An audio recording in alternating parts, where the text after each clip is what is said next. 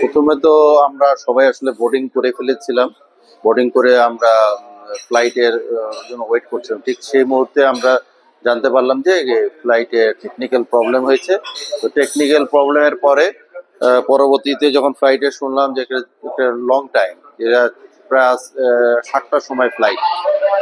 তো সেক্ষেত্রে তখন আমরা যেটা করলাম যে বিমানের স্টেশন ম্যানেজার প্লাস এমডির সাথে যোগাযোগ করলাম এবং বিএফএফ এর সাথে কানেকশন করে আমরা যখন একটা সলিউশনে যাচ্ছিলাম যে ওরা বিমান কি করতে পারে আমাদের জন্য। তো বিমান আসলে তাদের অনেক এতে মানে যে বিভিন্ন যে রেস্টুরেন্ট বা খাওয়ার যে ব্যাপারগুলো আছে তাদের সাথে অনেকের সাথেই এই খাওয়ার এগ্রিমেন্ট তাদের নাই। তো আমরা যেহেতু এই 6 ঘন্টার মধ্যে আমরা চাচ্ছিলাম যে রেস্ট নেওয়ার জন্য একটা লাউঞ্জ বা কোনো কিছু হলে সেই ক্ষেত্রে প্লেয়াররা একটু রেস্টও নিতে পারতো।